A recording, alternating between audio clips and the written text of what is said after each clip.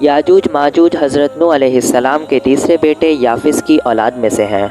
یہ وہ قوم ہے جس کی پیشن گوئی نہ صرف نبی صلی اللہ علیہ وسلم نے کی بلکہ توریت و انجیل جیسی آسمانی کتابوں میں ان کا ذکر ملتا ہے۔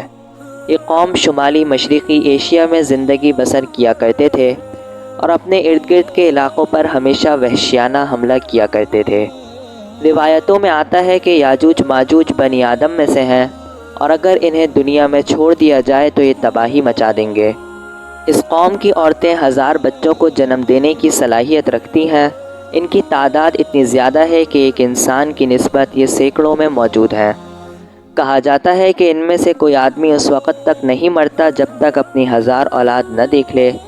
یہ لوگ لمبے قد اور چوڑی جسامت کے مالک ہیں۔ ان کے چہرے انتہائی بھیانک ہیں۔ یہ جس جاندار کو دیکھیں اسے کھا جاتے ہیں۔ یہ جنگلی قوم غاروں میں رہتی ہے اور سبزہ کھاتی ہے۔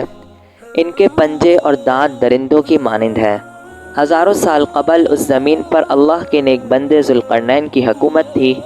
جب حضرت ذوالقرنین نے شمال کا سفر کیا تو آپ کا گزر مشرقی ترکستان اور منگولستان کے علاقوں سے ہوا۔ یہ علاقہ 2 عظیم پہاڑوں کے بیچ آباد تھا اور پہاڑ کے پار یاجوج ماجوج کی قوم آباد تھی۔ لوگوں نے حضرت ذوالقرنین سے یاجوج ماجوج کے فتنے کی شکایت کی۔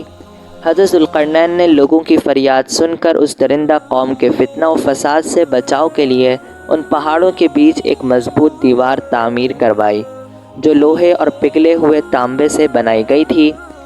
تعمیر مکمل ہونے کے بعد حضرت ذوالقرنین نے لوگوں سے کہا کہ یہ دیوار وقتی طور پر یاجوج ماجوج سے حفاظت کے لیے بنائی ہے۔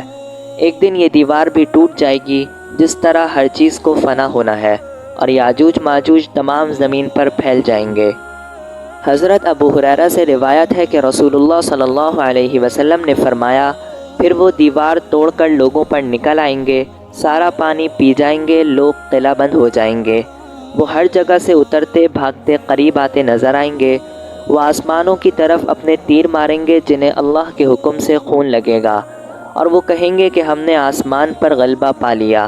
ایک روایت کے مطابق یاجوج ماجوج روزانہ دیوار توڑتے رہتے ہیں۔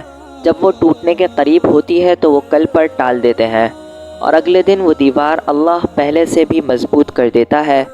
جب ان کی قید کی مدت ختم ہوگی، دیوار توڑنے کے بعد وہ زمین پر قتل و غارت گری اور خون ریزی کریں گے۔ یہ سب قیامت کے قریب ہوگا۔ جب حضرت عیسیٰ علیہ السلام اللہ سے ان کی ہلاکت کی دعا کریں گے تو اللہ ان کی گردنوں میں کیڑے پیدا کرے گا جس سے یہ مر جائیں گے۔ زمین پر ہر سو ان کی لاشیں بکھری پڑی ہوں گی۔ پھر اللہ ایک پرندے کی نسل پیدا کرے گا جو ان کی لاشوں کو اٹھا کر اللہ کے حکم کے مطابق ایک جگہ پھینک آئیں گے۔ ان کی لاشوں سے تعفن اٹھنے والی انتہائی غلیظ بو آئے گی۔ اس طرح اس قوم کا خاتمہ ہو جائے گا۔ مورخین کے مطابق سرزمین کفتاگ میں دریائے خضر اور دریائے سیاح کے درمیان ایک پہاڑوں کا سلسلہ ہے۔ اس میں ایک دیوار کی طرح کا درہ بھی موجود ہے جو مشہور درہ داریال ہے۔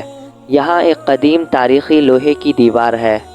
بہت سے لوگوں کے مطابق وہی دیوار ذوالقرنین ہے، جبکہ کچھ مورخین دیوار چین کو بھی دیوار ذوالقرنین مانتے ہیں۔ در حقیقت دیوار ذوالقرنین کا علم اللہ کے علاوہ کسی اور کو نہیں۔